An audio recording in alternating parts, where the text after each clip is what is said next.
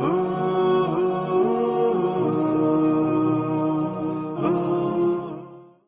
اللہ الرحمن الرحیم۔ تو بات چل رہی تھی ثقہ راویوں کے تذکرے کی۔ تو 13 راویوں کا تذکرہ ہو رہا تھا، ان میں سے اکثر کا ہوا تھا، ایک دو رہ گئے تھے،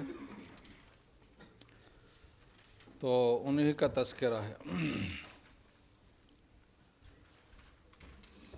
ٹھیک ہے جناب۔ سمعت اسحاق بن موسیٰ الانصاری قال سمعت معن بن عیسیٰ یقول کان مالک بن انس یشدد فی حدیث رسول اللہ صلی اللہ علیہ وسلم فی الیاء والتاء ونحو ھذا، کہ امام مالک اعراب اور حرکات سکنات کی بھی رعایت ضروری رکھتے تھے، اس میں بھی تبدیلی کے اور نقل بالمعنی کے قائل نہیں تھے۔ وہ بھی قال حدثنا ابو موسیٰ قال حدثني ابراہیم بن عبد اللہ بن قریم الانصاری قاضی المدینہ قال مر مالک بن انس علی ابی حازم وهو جالس، ابو حازم محدث کے ہاتھ سے گزرے اور وہ درس حدیث کے لیے بیٹھے ہوئے تھے، اور شاگرد بھی آس پاس تھے، اور کثیر تعداد میں تھے، اتنی تعداد میں تھے کہ بیٹھنے کی جگہ نہیں تھی۔ تو فجازہ امام مالک وہاں سے آگے گزرے اور درس میں شامل نہیں ہوئے۔ فقیل لہو، کسی نے پوچھا کہ ایسا آپ نے کیوں کیا، اتنا قیمتی درس آپ نے چھوڑ لیا؟ تو ان کے جواب کا خلاصہ یہ تھا کہ قیمتی ہونے کی وجہ سے میں نے ایسا کیا، کیونکہ قیمتی چیز کے لیے لوگ تماشائی کی طرح کھڑے ہو کر اس کو نہیں لیتے، بلکہ سنجیدہ انداز میں خاطر توجہ کے ساتھ پوری دل جمعی کے ساتھ بیٹھ کر ہی اس چیز کو اٹینڈ کرتا ہے۔ چونکہ اس طرح میں نہیں کر سک رہا تھا تو میں نے حدیث کے درس کی قربانی تو دے دی، لیکن حدیث کے مقام کی قربانی میں نے نہیں دی۔ تو فقال، امام مالک نے فرمایا کہ انی لم اجد موضعا اجلس فیہ فکرہت ان آخذ حدیث رسول اللہ صلی اللہ علیہ وسلم وانا قائم۔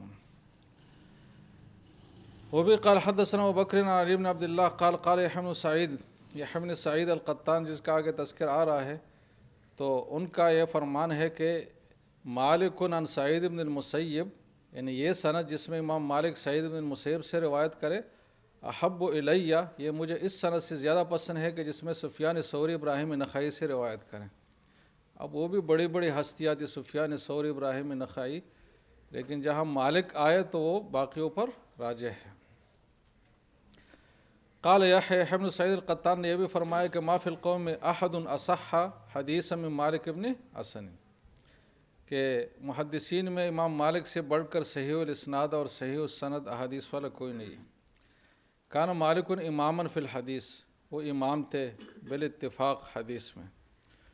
تو امام مالک کو جو مقام حاصل ہے محدثین میں، اتنا بڑا مقام کسی اور محدث کو حاصل نہیں ہے۔ سمعت احمد بن حسن یقول سمعت احمد بن حنبل یقول ما رأیت بعینی مثل یحییٰ بن سعید القطان۔ تو یہ یحییٰ بن سعید القطان کا ذکر ہے، جو جرح اور تعدیل کے بہت بڑے امام تھے۔ تو انہوں نے امام شعبہ سے یہ بات لی تھی، اور پھر آگے یہی مدون اول گوئے کے بنے جرح اور تعدیل کے، یحییٰ بن سعید القطان۔ یہ قطان یحییٰ کی صفت ہے، تو اس کے اعراب کے ساتھ اس کو پڑھا جائے گا۔ قطان کا معنی ہے روئی کا کام کرنے والا۔ تو ان کے آباء و اجداد کا کوئی روئی سے متعلق کاروبار ہوگا، تو اسی حوالے سے یہ مشہور ہوئے قطان۔ تو آگے پھر امام احمد اور یحییٰ بن معین اور اس طرح کے جو حضرات ہیں جو جرح اور تعدیل کے امام ہیں، تو وہ سب انہی کے شاگرد ہیں اور انہی سے لیے ہوئے۔ قال وسئل احمد و وکیع عبد الرحمن بن مہدی، امام احمد سے ان دو حضرات کے بارے میں پوچھا گیا کہ آپ ان کا موازنہ کر کے بتائے۔ تو امام احمد نے فرمایا کہ وکیع اکبر فی القلب، وکیع کا مقام دل میں بڑا ہے، جبکہ عبد الرحمن بن مہدی امام ہے۔ یعنی گوئے کہ عبد الرحمن بن مہدی کو ترجیح انہوں نے دے دی ذرا بادب طریقے سے۔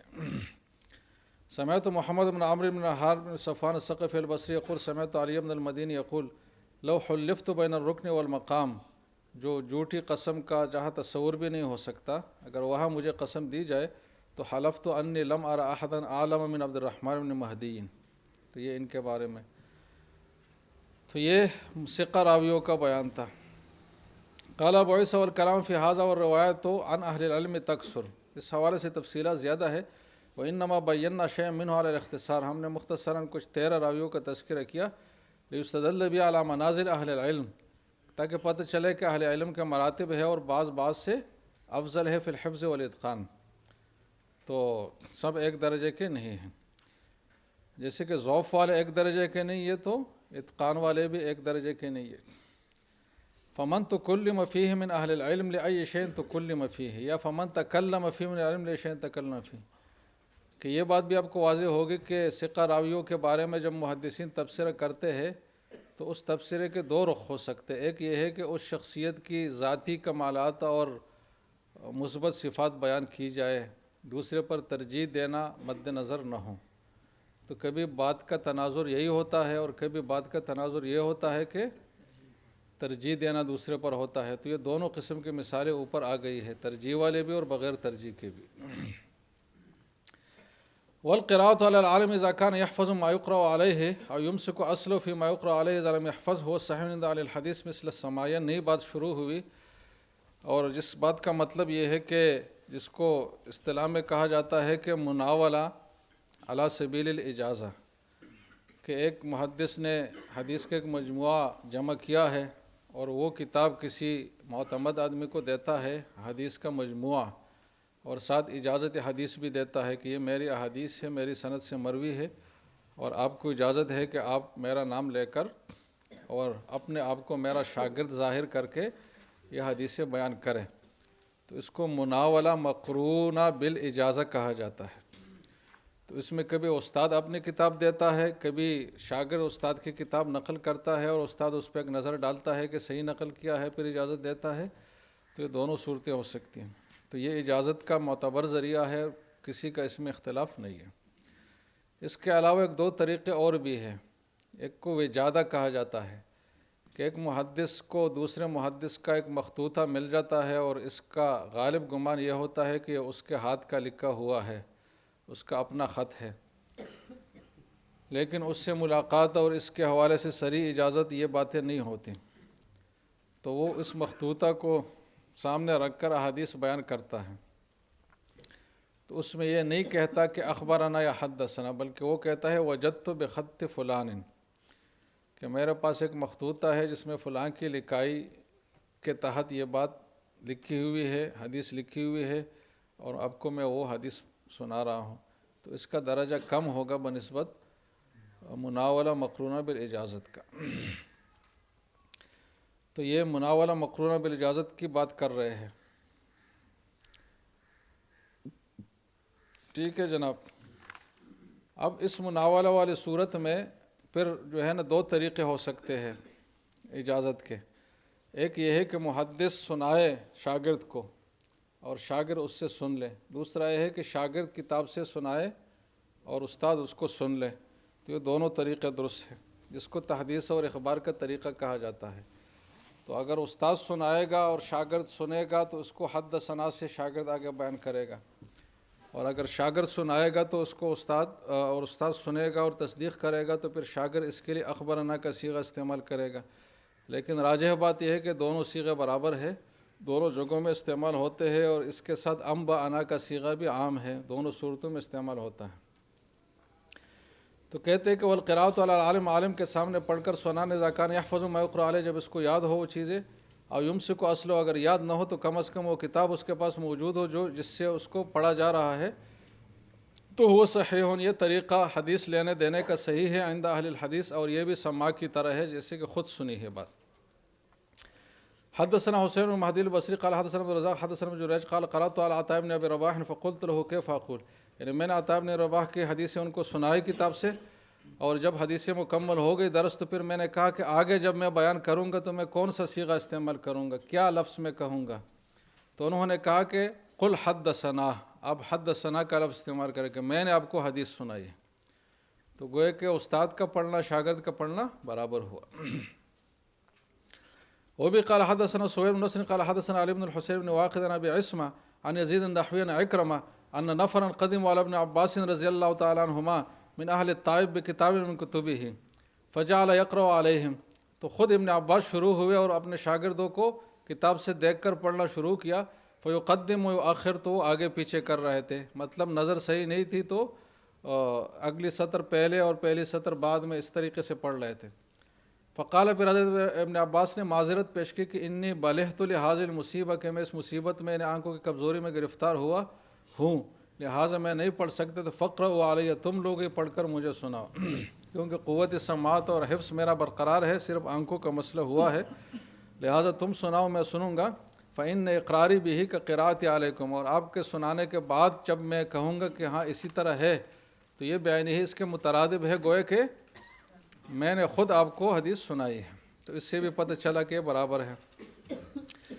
وہ بھی قال حدثنا سہیل قال حدثنا علی بن الحسین بن واقد عن ابی عن منصور بن المعتمر قال اذا ناول الرجل کتاب آخر، ناول کا مطلب آتا، کہ ایک شخص دوسرے کو اپنی کتابت حدیث دیتا ہے، فقال، اور اس کو کہتا ہے کہ اروی ھذا عنی، تو فلہ ان یرویہ،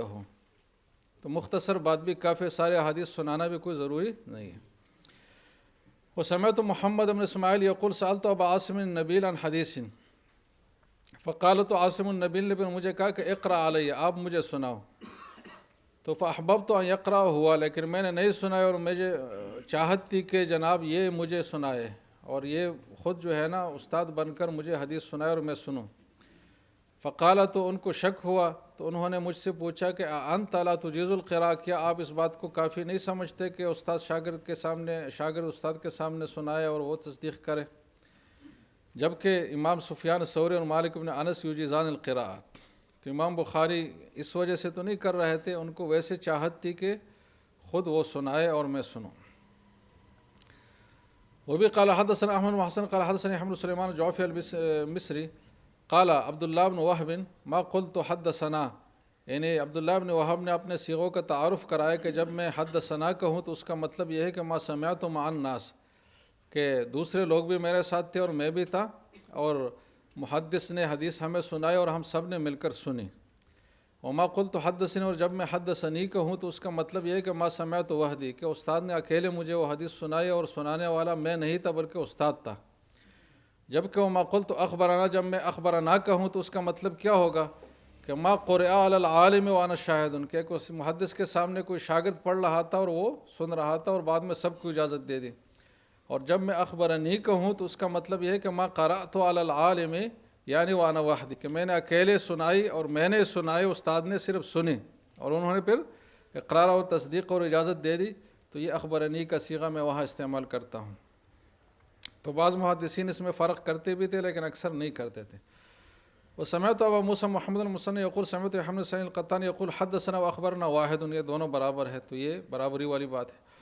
قال ابو عیسیٰ وكنا عند ابی مصعب المدینی فقرئ علیہ بعض حدیث فقلت له کیف نقول، ان سے بھی ہم نے پوچھا کہ آگے ہم کیا لفظ استعمال کر کے آپ کا حوالہ دیں، تو انہوں نے کہا کہ آپ تحدیث کی لفظ استعمال کریں اور ایسا کہے کہ حدثنا ابو مصعب۔ قال ابو عیسیٰ وقد اجاز بعض العلم اجازت اذا اجاز العالم ان یروی عنہ لاحد شیء من حدیثہ ان یروی عنہ، کوئی کسی کو اجازت دے رہے تو اجازت سے بھی حدیث کی روایت اس کی سند بیان کر کے اجازت ہے اس کی کہ آگے بیان کرے اس اجازت دینے والے کی سند سے اور اس کا نام لے کر، اور اپنے آپ کو شاگرد اور اس کو استاد ظاہر کر کے،